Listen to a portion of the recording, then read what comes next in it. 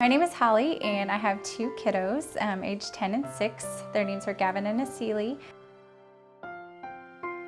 So I had a transition time where I was working part-time and I was in school part-time, and then I went ahead and pursued the degree and full-time. So I had to quit my job and I put my notice in, and in that same time frame is when I was diagnosed.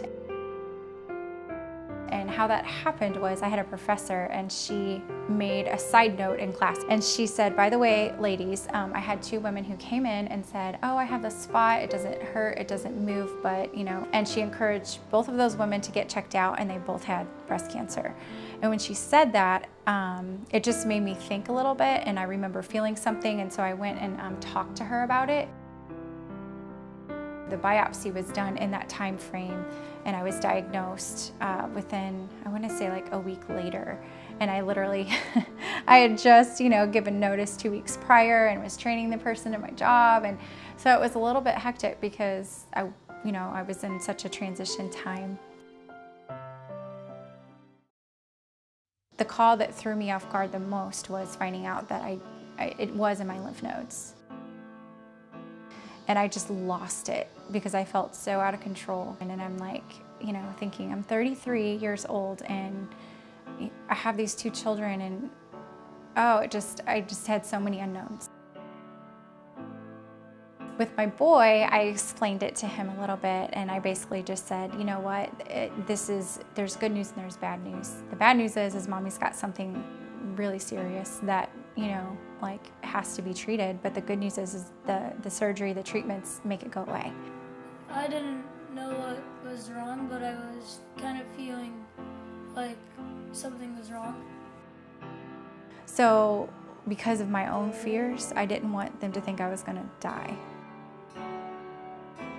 If she wouldn't be able to take care of us, nobody would, because our dad doesn't live with our mom.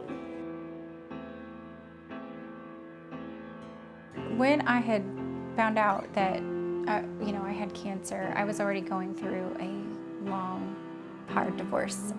So I had the double mastectomy April 8th, I think it was, and then literally 1 week later, I was in court. It was real tough going through school full-time, cancer, raising them. My son actually was diagnosed with autism and ADHD as well, shortly before this. So I felt like my load was bigger than I could handle, and I truly feel like Gateway to Hope was the hand of God in my life. So I was introduced to Gateway to Hope through Mercy. I remember walking in the office and they were just open arms, hugging me and sat down with me and just really cared, wanted to know all about my journey and how they could help. I left that day with gas cards, and we talked about rent and when I would need that. If they didn't have that process in place, I would have never known about them, and my story would be very, very different. So I'm now 2 years out approximately from everything, all treatment altogether, and I am in remission.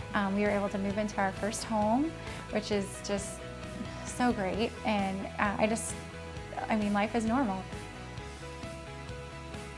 So Gateway to Hope, I just want to thank you for just being able to let me live life and not have to struggle so much and be alone.